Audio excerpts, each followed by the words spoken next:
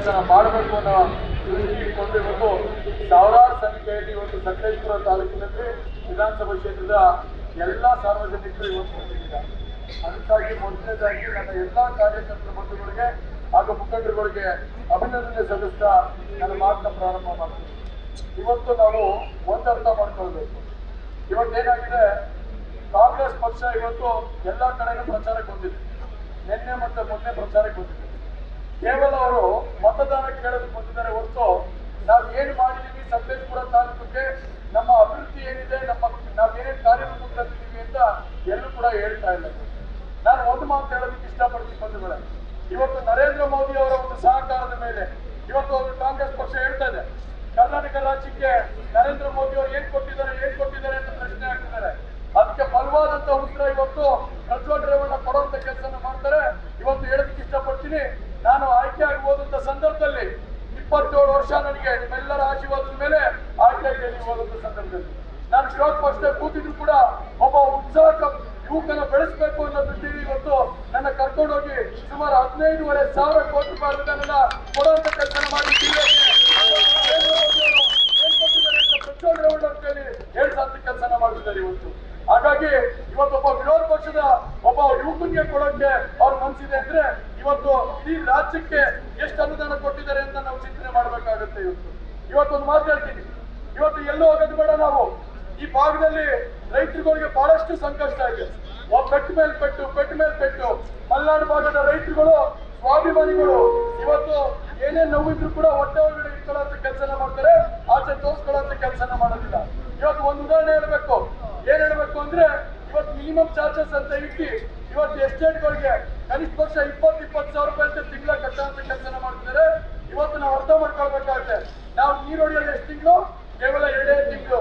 ಇನ್ನು 10 ತಿಂಗಳು ಬಿಟ್ಟಿಯಾಗಿ ಇವತ್ತು ದಂಡ ಕಟ್ಟುವಂತ ಕೆಲಸನ ಈ ರಾಜ್ಯ ಸರ್ಕಾರ ಮಾಡುವಂತ ಕೆಲಸ ಮಾಡ್ತಿದೆ. ಅಂದ್ರೆ 2 ಲಕ್ಷ ರೂಪಾಯಿ ಇವತ್ತು ಅಗ್ಲಲ್ಲೇ ದೊರಡೆ ಮಾಡುವಂತ ಕೆಲಸನ ಇವತ್ತು ಕಾಂಗ್ರೆಸ್ ಪಕ್ಷ ನಮ್ಮ ಕೈಯಿಂದ ಮಾಡುವಂತ ಕೆಲಸ ಮಾಡ್ತಿದೆ.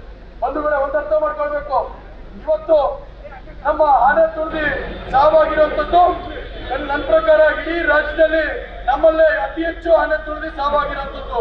ಈ ವರ್ಷದಲ್ಲೇ 5 ಜನ ಆನೆಗೆ ತುಳಿದು ಇವತ್ತು ಸಾವಾಗಿದ್ದಾರೆ.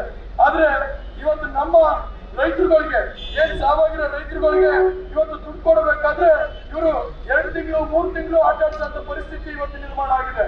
ಆದ್ರೆ ಎಲ್ಲೋ ಒಂದ್ ಕಡೆ ವಯನಾಡಲ್ಲಿ ಇವತ್ತು ಆನೆ ತುಳಿದು ಸಾವಾಗಿದ್ರೆ ರಾಜ್ಯ ಸರ್ಕಾರ ಮಾರನೇ ದಿನ ಹೋಗಿ 25 ಲಕ್ಷ ರೂಪಾಯಿ ಕೊಡುವಂತ ಕೆಲಸ ಮಾಡ್ತಾರೆ. ಯಾಕಂದ್ರೆ ಆನೆ ಇವತ್ತು ಕರ್ನಾಟಕದಿಂದ ಹೋಗಿ ಆನೆ ತುಳಿದಿದೆ ಅಂತ. ಅಂದ್ರೆ ಅರ್ಥ ಮಾಡ್ಕೊಳ್ಬೇಕು, ಈ ರಾಜ್ಯದ ಹಿತದೃಷ್ಟಿ ಎಷ್ಟಿದೆ ಈ ಸರ್ಕಾರಕ್ಕೆ, ಈ ರಾಜ್ಯದ ರೈತರ ಮೇಲೆ ಎಷ್ಟು ಹಿತದೃಷ್ಟಿ ಇದೆ ಅಂತ. ಇವತ್ತಾಗಲೇ 11 ತಿಂಗಳಾಯ್ತು ಸರ್ಕಾರ ಬಂದು, 11 ತಿಂಗಳಾಗಿದೆ ಇವತ್ತು ಸರ್ಕಾರ ಬಂದು. ಇವತ್ತು ನಮ್ಮ ಅರಣ್ಯ ಇಲಾಖೆ ಮಂತ್ರಿಯವರಿದ್ದಾರೆ. 5 ಜನ ಸಾವಾಗಿದ್ರು ಕೂಡ ಕನಿಷ್ಠ ಪಕ್ಷ ಸೌಜನ್ಯಕ್ಕಾದ್ರೂ ಇವತ್ತು ಯಾರು ಕೂಡ ಬಂದು ಕಣ್ಣೀರು ವರ್ಷ ಅಂತ ಕೆಲಸನ ಮಾಡಿದ್ದಾರೆ. ಯಾರು ಅರಣ್ಯ ಇಲಾಖೆಯವರು ಅರಣ್ಯ ಮಂತ್ರಿಯವರು ಬಂದಿದ್ದಾರೆ. ನಾವು ಅರ್ಥ ಮಾಡ್ಕೊಳ್ಬೇಕು ಅಂದ್ರೆ ಎಷ್ಟು ಮಟ್ಟಕ್ಕೆ ಸಕಲೇಶಪುರದ ರೈತರುಗಳ ಮೇಲೆ ಇವತ್ತು ಜನದ ಮೇಲೆ ಇವತ್ತು ಅವ್ರಿಗೆ ಆಕ್ರೋಶ ಪ್ರಚಾರ ಮಾಡ್ಕೊಂಡ್ ಬರ್ತಿದ್ದಾರೆ. ಆದ್ರೆ ಒಂದೇ ಒಂದು ಉದಾಹರಣೆ, ಸಕಲೇಶಪುರದಲ್ಲಿ ನಡೆದಿದ್ದಂತ ಘಟನೆ ಕೇವಲ ಬರೀ 1 ತಿಂಗಳಿಂದ ಏನಾಯ್ತು, ಬೇಲೂರಲ್ಲೊಬ್ಬ ಇದ್ದಂತ ಅಧಿಕಾರಿನ ಇವತ್ತು ವರಿಷ್ಠ ಪಂಗಡಕ್ಕೆ ಸೇರಂತ ಅಧಿಕಾರಿನ ಇವತ್ತು ಪ್ರಮೋಷನ್ ಮೇಲೆ ಸಕಲೇಶಪುರಕ್ಕೆ ಬಂದಂತ ಸಂದರ್ಭದಲ್ಲಿ ನಮ್ಮ ಶಾಸಕರ ಅಭ್ಯರ್ಥಿಯಾದಂತ ಕಾಂಗ್ರೆಸ್ ಅವರು ಇವತ್ತು ಪ್ರಶ್ನೆ ಕೇಳ್ತಾರೆ, ಯಾರು ಕೇಳಿದ್ರೆ ನೀವು ಬಂದು ಅಧಿಕಾರಿ ಆಗಿದ್ದೀವಿ ಅಂತ ಕೇಳೋ ಪರಿಸ್ಥಿತಿ ಇವತ್ತು ನಿರ್ಮಾಣ ಆಗಿದೆ. ಅಂದ್ರೆ ಇವತ್ತು ವರಿಷ್ಠ ಪಂಗಡಕ್ಕೆ ಪರಿಸ್ಥಿತಿಗೆ ಎಲ್ಲಿದೆ ಇವತ್ತು ಸಹಕಾರವನ್ನ ನಾವು ಪ್ರಶ್ನೆ ಹಾಕುವಂತ ಕೆಲಸನ ಇವತ್ತು ಮಾಡಬೇಕಾಗುತ್ತೆ. ಹಾಗಾಗಿ ಇವತ್ತು ಬರೀ ಸುಳ್ಳು ಹೇಳುವಂತ ಪರಿಸ್ಥಿತಿ ಇವತ್ತು ಕಾಂಗ್ರೆಸ್ ನಿರ್ಮಾಣ ಆಗಿದೆ. ಮತ್ತೊಂದು ವಿಚಾರ ಹೇಳ್ಬೇಕಂದ್ರೆ, ಗ್ಯಾರಂಟಿಗೆ 2,000 ರೂಪಾಯಿ ಕೊಡ್ತೀವಿ ಅಂತಾರೆ, ಗ್ಯಾರಂಟಿಗಳಿಗೆ ಹೆಣ್ಮಕ್ಳಿಗೆ 2,000 ರೂಪಾಯಿ ಕೊಡ್ತಿದೀವಿ ಅಂತಾರೆ. ಆದ್ರೆ ಇವತ್ತು ಅರ್ಥ ಮಾಡ್ಕೊಳ್ಬೇಕು, ಯಾವ್ದಾದ್ರು ಸರ್ಕಾರ ಒಂದೇ ವರ್ಷದ ಮೇಲೆ ಎಣ್ಣೆ ರೇಟ್ ಮೇಲೆ ಏನಾದ್ರು 4 ಪಟ್ಟಷ್ಟು ಜಾಸ್ತಿ ಮಾಡಿದ್ರೆ ಅದು ಕಾಂಗ್ರೆಸ್ ಪಕ್ಷ ಅಂತ ಹೇಳ್ಬೇಕಾಗುತ್ತೆ. ಇವತ್ತು ಅರ್ಥ ಮಾಡ್ಕೊಳ್ಬೇಕು ಇವತ್ತು. ಯಾಕಂದ್ರೆ ಇವತ್ತು ಏನ್ ಹೆಂಡತಿರ್ಗಳಿಗೆ 2,000 ರೂಪಾಯಿ ಕೊಡ್ತಿದ್ದಾರೆ, ಅದು ಯಾರ ದುಡ್ಡಲ್ಲ, ಯಾರ ಅಪ್ಪನ ಮನೆ ದುಡ್ಡಲ್ಲ, ಅದು ಗಂಡಿನ ದುಡ್ಡನ್ನೇ ಹೆಂಡತಿ ಕೊಡುವಂತ ಕೆಲಸ ಮಾಡ್ತಿದ್ದಾರೆ. ಯಾಕಂದ್ರೆ ಇವತ್ತು ಯಾರು ಒಬ್ಬ ಇವತ್ತು ಕೇವಲ 1 ಕ್ವಾರ್ಟರ್ ಕುಡಿದ್ರೆ ಅಂದ್ರೆ 50 ರೂಪಾಯಿ ಹೆಚ್ಚುವರಿ ಮಾಡುವಂತ ಕೆಲಸ ಮಾಡಿದೆ. 1 ಕ್ವಾರ್ಟರ್ ಕುಡಿದ್ರೆ ತಿಂಗಳಿಗೆ ಎಷ್ಟಾಯ್ತು? 1,500 ರೂಪಾಯಿ ಆಯ್ತು. ಅದೇ 2 ಇಬ್ರು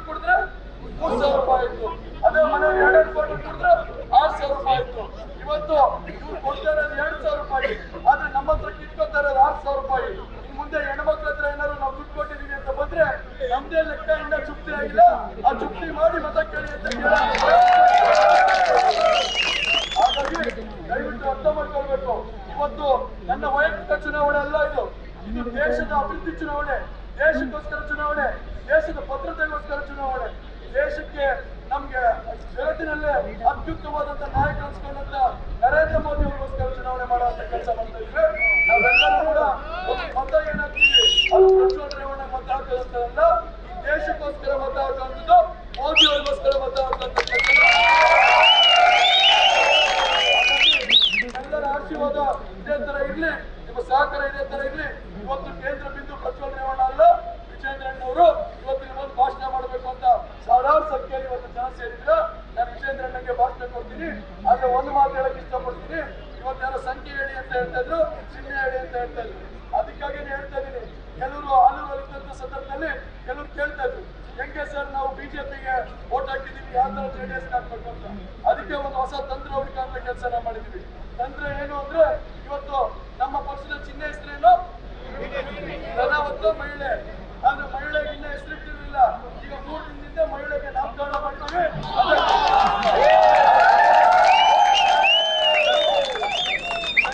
ಮಹಿಳೆ ಕಿಟ್ಟಿಗೆ 26ನೇ ತಾರೀಕು ನೀವೇನು ಮತ ಹಾಕೋ ಮುಖಾಂತರ, ನಮ್ಮ ಸಂಖ್ಯೆ 2ಕ್ಕೆ ಮತ ಹಾಕೋ ಮುಖಾಂತರ ಇವತ್ತು ನಮ್ಮ ದೇಶಕ್ಕೆ ಮತ ಹಾಕ್ತೆ, ಇವತ್ತು ನರೇಂದ್ರ ಮೋದಿಗೆ ಮತ ಹಾಕ್ತೆ ಅನ್ನೋ ಭಾವನೆಯಲ್ಲಿ ಇವತ್ತು ನಾವೆಲ್ಲರೂ ಕೆಲಸ ಮಾಡುವಂತ ರೀತಿಯಲ್ಲಿ ಮಾಡ್ಬೇಕಾಗುತ್ತೆ.